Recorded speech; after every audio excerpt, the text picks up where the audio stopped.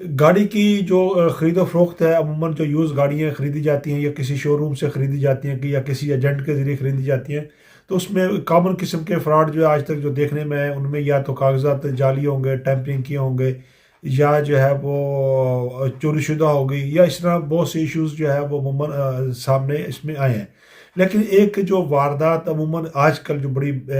باریک بینی سے جو ہے وہ ڈالی جا رہی ہے، جو اس میں بہت کم لوگوں کو اس کا پتہ ہے، تو وہ میں آج آپ سے شیئر کرنے لگا ہوں، کیونکہ یہ ایسا واقعہ ہے جو ملتان میں ایک قانون دان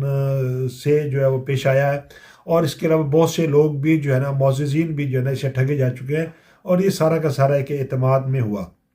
تو آج کی جو ایک ویڈیو ہے اور یہ جو ایک واقعہ ہے جو فراڈ ہوا ہے کہ بینک گاڑی کے لین دین میں، یہ آپ سے شیئر کرنے کا مقصد یہ بھی ہے کہ اگر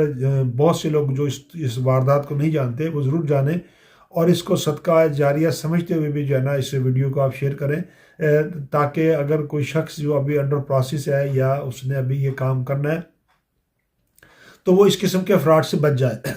واقعہ کچھ یوں ہوا ہے کہ ایک ہمارے ایک ملنے والے قانون دان تھے جن کا کیس ہمارے پاس بھی آیا،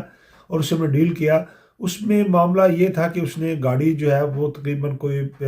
45 لاکھ کی گاڑی جو ہے وہ یوز میں اس نے وہ خریدی، اور خریدنے کے بعد جو مڈل مین تھا وہ بڑا اعتماد والا تھا، جاننے والا تھا، اور اس نے بہت سے لوگوں کو لین دین بھی کرایا، اور اس نے وہ پیمنٹ جو ہے وہ پارٹی کو دلائی، پارٹی نے گاڑی ان کے حوالے کر دی، اور اس طریقے سے محکمہ ایکسائز میں جا کر اس کے نام کا کارڈ بھی بن گیا، اور اس کے نام گاڑی ٹرانسفر بھی ہو گئی۔ اور عموماً اب محکمہ ایکسائز کی پریکٹس یہ ہے کہ جب وہ کارڈ اس کو ایشور کر دیتا ہے تو وہ اس کے آنر کے جو نئے آنر ہوتا ہے اس پر جو ایڈریس دیا ہوتا ہے، جو ایڈریس اس نے دیا ہوتا ہے اس ایڈریس پر جو ہے وہ ڈاکومنٹس، اوریجنل ڈاکومنٹس بھیج دیتے ہیں۔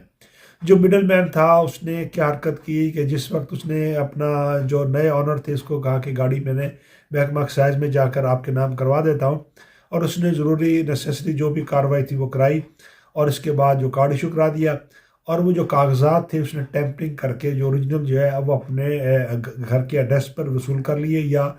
محکمہ ایکسائز سے جو ہے وہاں سے وہ اٹھا لایا۔ اور اٹھانے کے بعد جو کہ نئے آنر تھے اس نے کہا کہ میرے گاڑی میرے نام ٹرانسفر ہو گئی ہے اور کارڈ بھی مجھے مل گیا ہے، تو وہ سیٹسفائی ہو گیا، اور اس کے ذہن میں تھا کہ اوریجنل ڈاکومنٹس جو ہیں وہ محکمہ ایکسائز کے پاس ہی رہیں گے۔ لیکن ہوا کچھ یوں کہ اس شخص نے، جو مڈل مین تھا، جو بروکر تھا یا جس نے گاڑی کا سودا کرایا تھا، اس نے نہ صرف اس پرٹیکولر اس شخص کے جس کی میں مثال آپ کو دے رہا ہوں یا سنا رہا ہوں، تو اس کی گاڑی کے وہ کاغذات وہ لے جا کر اور پٹھان کے پاس اس نے وہ کاغذات رکھائے، اور اس کے اگینسٹ اس نے سود پر جو ہے وہ 20-22 لاکھ روپیہ جو اس نے وصول کر لیا۔ اور اسی طریقے سے اس نے 3-4 لوگوں کے کاغذات بھی اسی طریقے سے جو ہے وہ مختلف جگہوں پر رکھ کر اور پٹھانوں پر رکھ کر جو ہے نا اس نے ان پر سود پہ قرضہ جو ہے وصول کر لیا۔ ظاہر ہے جب اس نے وہ اس کی جو میعاد اس نے طے کی تھی، اس کے بعد اگر وہ اسے اس نے پیسے نہیں دیے، اور وہ سود در سود بنانے کے بعد جو ہے وہ آخر وہ جو اس کے جو اپنا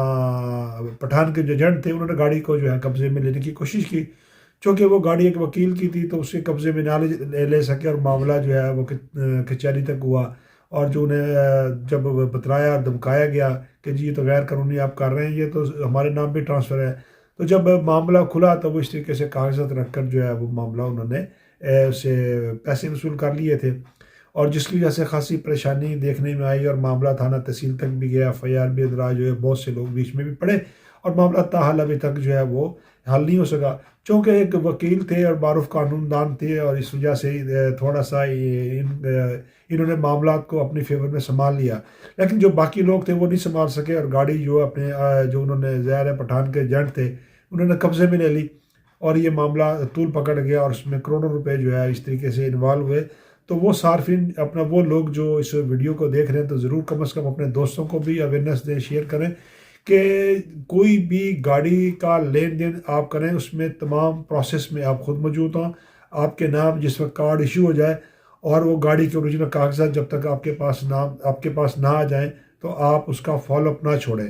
اور کسی بھی انجان بندے پر، بے اعتبار بندے پر جو ہے نا، کیونکہ اس معاملے میں بھی بندہ جو بھی اعتبار والا تھا اس نے کافی کام پہلے لوگوں بھی کرائے ہوئے تھے، لیکن جب اس کا اعتماد بن گیا تو اس نے جو ہے وہ اس کو ٹھگ لیا۔ تو اس لیے قصہ یعنی کہ مختصر یہ ہے کہ خلاصہ اس بات کا یہ ہے کہ کتنا بھی بھروسے کا ہو، آپ کا عزیز ہو، کزن ہو،